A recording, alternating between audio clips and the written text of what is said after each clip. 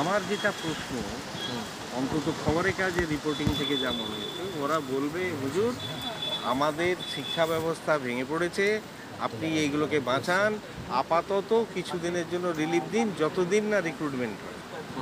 এটা একটা কিন্তু ট্র্যাপ। আমি যতটুকুন বুঝি এটা একটা ট্র্যাপ। এই সুযোগ যদি উনি একবার পান, জোগাড় করতে পারেন, তাহলে কিন্তু পরীক্ষা হবে আগামী ইলেকশনের পর। এতদিন চালিয়ে যাবেন যাতে করে ক্ষোভটা, যে ছেলেমেয়েরা যদি যে মুহূর্তে তারা চাকরিতে জয়েন করতে পারবে, খানিকটা তো রিলিফ পাবে, যে অত্যন্ত সেই জায়গাটাকে প্রেসার করে উনি কাজে লাগাতে চাইছেন, যেটাই রাজনৈতিক স্টাইল। আমি কিন্তু পরিষ্কার এটা বুঝতে পেরেছি। কাজে কাজে যদি পরীক্ষাও উনি করতে চান, তাহলে কিন্তু পুজোর আগে কমপ্লিট করতে হবে। এই রেস্ট্রিকশন যেন এখানকার যারা মামলা করছেন তারা যেন এটাকে মাথায় রাখেন, যে আমি একবারে টোটাল সলিউশন চাই, পেতে গিয়ে সবটা টোটাল সলিউশন তো পেলামই না, সবটাই হাত থেকে ছেড়ে দিলাম, এটা যেন না হয়। আপনি নিশ্চয়ই আমার সাথে এগ্রি করবেন।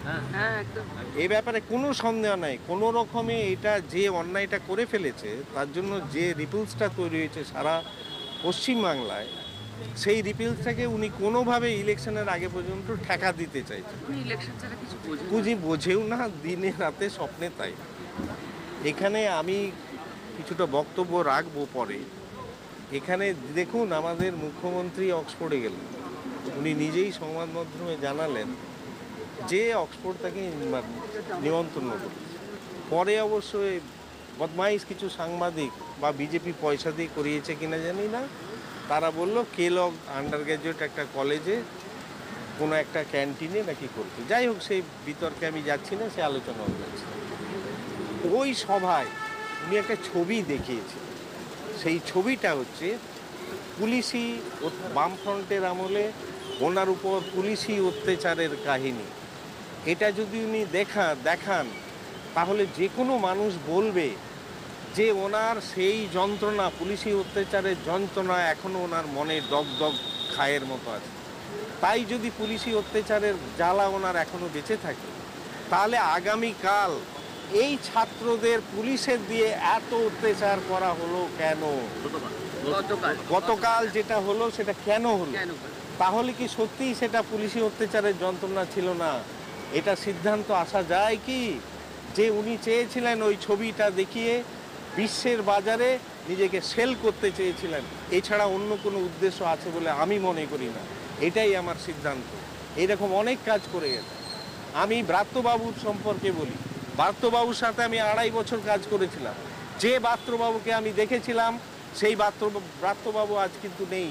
উনি অনেক পাল্টে গেছেন এবং আমার বিভিন্ন পরিচিত ছাত্ররা বিভিন্ন জায়গায় আছে। বিকাশ ভবন থেকে যা বুঝতে পারি, উনি মন্ত্রী হিসাবে অনেক কষ্টে আছেন। তা সত্ত্বেও কিসের মায়া মমতা নিয়ে আপনি আমার সময় 2.5 বছরে যে আপনি সহযোগিতা করেছিলেন, যে মানসিকতা নিয়ে আমাকে কাজ করতে উৎসাহ দিয়েছিলেন, সেই মানসিকতাটা আপনি হারালেন কেন? আপনি কি সেই ব্রাত্য বসু যিনি প্রথম মন্ত্রী ছিলেন? এই প্রশ্নটা ওনার কাছে রাখছি। উনি একটা কথা অভিজিৎ বাবুকে তীব্র বলেছেন, উনি তো সাপ হয়ে কাটছেন আর বোঝা হয়ে ঝাড়ছেন। এই কথাটা আমি জানি না উনি নিজের যন্ত্রণা থেকে অভিজিৎ বাবুকে বলেছেন না ঝিকে মেরে বউকে শেখাতে চাইছেন, সেটা আমি বুঝতে পারি না। বাস্তবাবু এটা যেন একটু ক্লিয়ার করে বলেন, উনি কি অভিজিৎ বাবুকে উপলক্ষ করে অন্য কাউকে বলতে চাইছেন? কারণ সেদিন নেতাজি ইন্ডোর স্টেডিয়ামে যে মানবিক মুখ আমরা দেখেছিলাম, সেই মানবিক রূপের উল্টো রূপ কিন্তু গতকাল আমরা পুলিশের লাঠিচার্জে দেখতে পেয়েছিলাম। আর একটা জিনিস দেখলাম, যে পুলিশ এত সক্রিয় দক্ষিণবঙ্গে, উত্তরবঙ্গে তাদের চেহারাটা কি?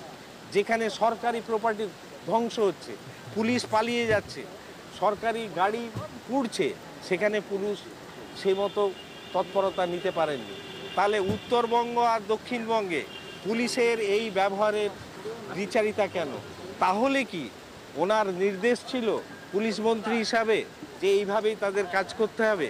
অথবা উত্তরবঙ্গ বা দক্ষিণবঙ্গের যারা পুলিশ অফিসার আছেন তারা পরে প্রমোশন পাবার প্রতিযোগিতা চলছে না তো? এই প্রশ্নটা না, অনশন করার কী দরকার? অনশন না করলেই তো পারতেন, শরীর খারাপ হয়ে যাবে। গতকাল আমরা দেখলাম মুখ্য সচিব পুলিশ কমিশনার সাংবাদিক সম্মেলন করে বললেন যে আমরা এই শিক্ষকদের পাশে আছি, সঙ্গে আছি। তারপরে আবার দেখা যাচ্ছে এদের বিরুদ্ধে মামলা করলেন। ওইসব ভাঁওতাবাজি তো, মামলাটা করলেন কেন? একটা মামলা না করলে কি হতো? আর মামলা করলে আলটিমেটলি মামলার সেই ফলটা কোথায় পৌঁছয়? কিছুই হয় না, কিছু প্রমাণ করতে পারবেন না।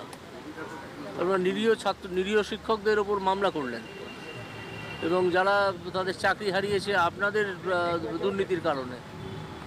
সেটা অন্যায় করেছেন, এবং ওনাদের এইটা বিষয়টা সুষ্ঠুভাবে মেটানোর কোনো ইচ্ছেই নেই। ওনারা এটা নিয়ে যতটা সম্ভব রাজনীতি করা যায় সেটাই করছেন। আপনি রাজনীতির কথা বলছেন, প্রাপ্তবাবু তাকে বলেছেন যে আপনার কথা বলেছেন যে আপনার দেখা করার সিদ্ধান্ত সেটা আপনার ব্যক্তিগত সিদ্ধান্ত, আপনার দলের থেকে শীর্ষ নেতৃত্ব। না, সবাই কথা, আমার দল সবসময় আমার পাশে আছে। দল সব প্রথম দিন থেকেই আমার পাশে আছে। যেটা ওনারা লাঠি চালিয়েছেন তার বিরুদ্ধে আমি যাইনি, এবং পলিসিটা আমি দলকে জানিয়েছি, এই কারণে যাচ্ছি না। শুধু ওনার ওই সব চিন্তাভাবনা ওগুলো বাজে, ওগুলোর কোনো ভিত্তিহীন একেবারেই। স্যার, আপনি আগামীকাল পর্যন্ত ডেডলাইন বেঁধে দিয়েছিলেন এসএসসিকে। এসএসসি তরফ থেকে কি আপাতত কোনো রেসপন্স পেয়েছেন? কোনো রেসপন্স পাইনি। আমাকে আলাদা করে, বা আমরা যারা গিয়েছিলাম আমাদের আলাদা করে রেসপন্স করবে তা আমি মনে করি না। আমরা ওনাদের ওয়েবসাইটটা দেখবো, ওনারা পাবলিশ করলেন কি করলেন না। আগামীকালের মধ্যে যদি না হয় তারপর কি পদক্ষেপ হবে? একটু ওয়েট করুন, আমরা আজকে সন্ধ্যাবেলায় বলে দেবো কী পদক্ষেপ হবে।